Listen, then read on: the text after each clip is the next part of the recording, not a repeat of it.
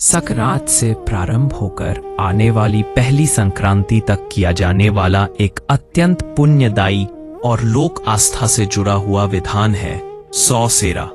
100 सेरा का अर्थ है 100 वस्तुएं एक एक सेर अर्थात लगभग 1-1 किलो अपने हाथों से दान करना।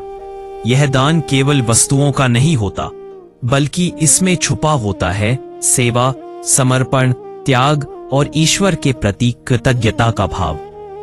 इस परंपरा में घर गृहस्थी की वे सभी वस्तुएं सम्मिलित की जाती हैं जो हमारे दैनिक जीवन का आधार है। सबसे पहले आती है किराना और राशन की सामग्री, चीनी, मिश्री, गुड़, बूरा, देसी खांड, साथ ही दालें, मूंग, उड़द, मसूर, चौला, चना, कुल्थ। इन दालों को साबुत रूप में देना विशेष शुभ माना जाता है। इसके बाद आती है मसालों की श्रेणी, मिर्च, धनिया, जीरा, हल्दी, गरम मसाला, अजवाइन, मेथी, राई, कलौंजी, सोंठ, साथ ही साबूदाना, सामक, सूजी और मैदा। ये सभी वस्तुएं जीवन में स्वाद के साथ साथ स्वास्थ्य और समृद्धि का प्रतीक मानी जाती हैं। तीसरी श्रेणी में आती है स्वच्छता से जुड़ी वस्तुएं, नहाने का साबुन, कपड़े धोने का साबुन, सर्फ, लिक्विड डिटर्जेंट और हैंड वॉश, क्योंकि शुद्धता ही पुण्य का प्रथम द्वार है।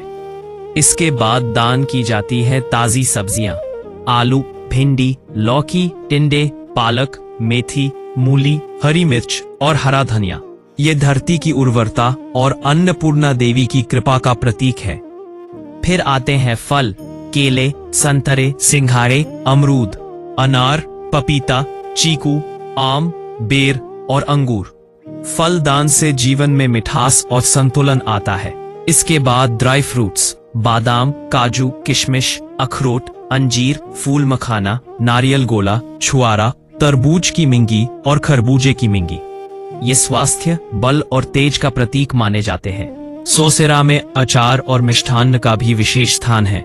कैरी, आंवला, नींबू, मिर्च का अचार, मुरब्बा और कैंडी।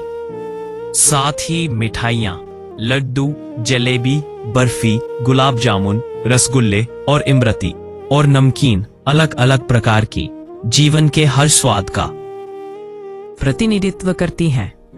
इस विधान में धातुओं का दान भी अत्यंत शुभ माना गया है।